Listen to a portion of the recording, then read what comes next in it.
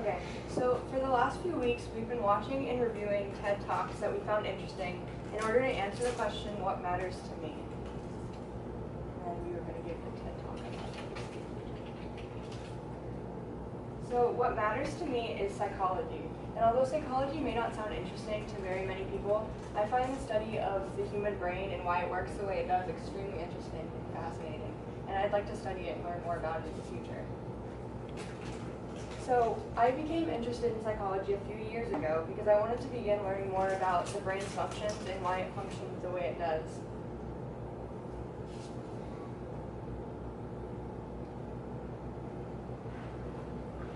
So I'm interested in psychology because everyone's brain works in a different way. Mental illnesses can be acquired in different ways and are specific to each patient.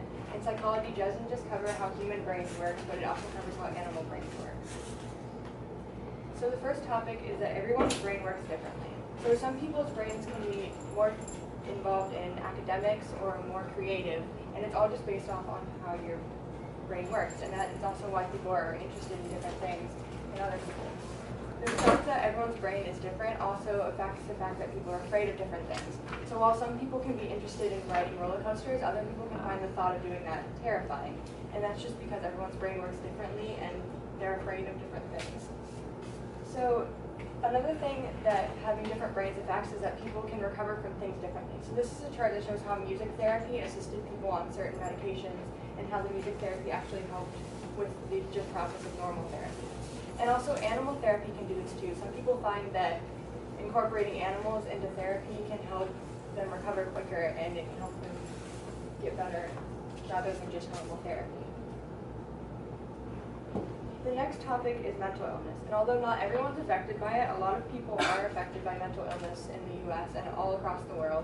But mental illness isn't just, it's different for each patient. So no one's going to have the same story. No one's going to have the same mental illness.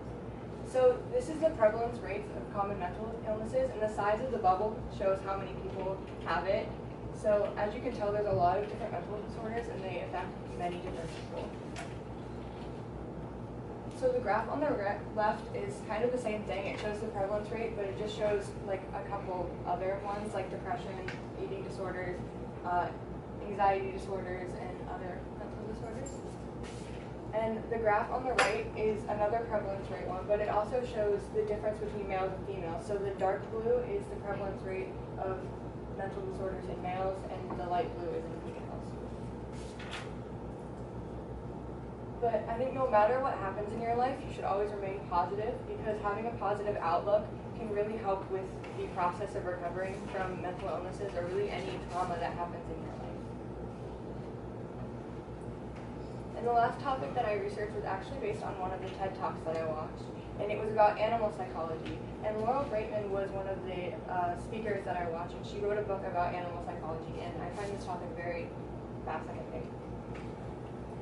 So this is actually one of my family friends' cats, and this cat is on antipsychotic medication, and it's just one example of how animals can be affected with mental illnesses the same way that humans can.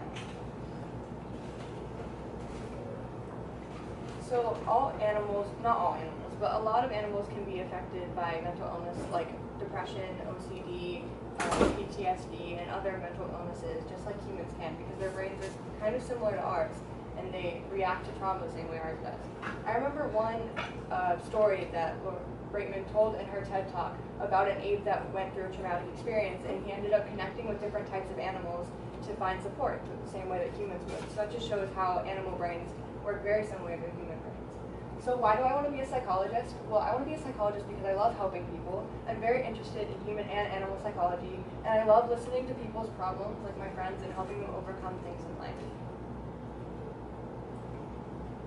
So just to recap, psychology is very important to me because I love helping others and I love learning about the human mind.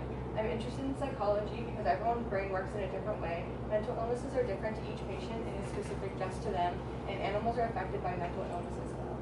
And that's what matters to me.